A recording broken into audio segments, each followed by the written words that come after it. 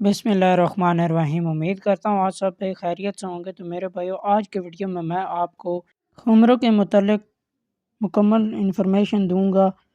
तो जो जो भाई यार चैनल पर नए हो, चैनल को सब्सक्राइब कर दो और वीडियो को भी एक लाइक कर देना।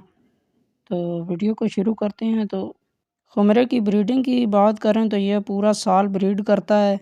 इसकी ब्रीड रोकने का एक ही हल है कि आप इनको अलहदा कर दें, नहीं तो ये पूरा साल ब्रीड करते रहते हैं। और इनके केज की बात करें तो आप इनके केज बना सकते हैं, 3x3 का केज बना के आप उसमें इनको रख सकते हैं। और इनके मेल और फीमेल की पहचान करने के लिए आप इन ये जब दोनों बैठे हों तो आप इनको देखें कि जो मेल होगा उसकी जिसामत फीमेल से थोड़ी ज़्यादा होगी, उसका सर मोटा होगा, उसकी गर्दन मोटी होगी, फीमेल से वो थोड़ा बड़ा नज़र आ रहा होगा तो वो मेल होगा।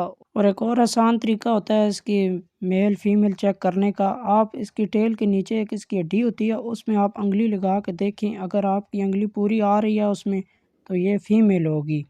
अगर वो थोड़ी सी दोनों हड्डियाँ आपस में क्लोज हैं तो फिर वो मेल होगा। और इनकी अगर खुराक की बात करें तो ये बाजरा, ज्वार, गंदम, इसके अलावा ये मिक्स दाने होते हैं वो ये खाते हैं। अब बात करते हैं कि आपको ब्रीडर पेयर कितने का मिलेगा।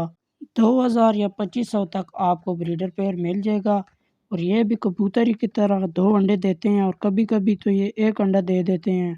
और इनके अंडों में से बच्चे भी तकरीबन 19-20 दिन तक निकल आते हैं।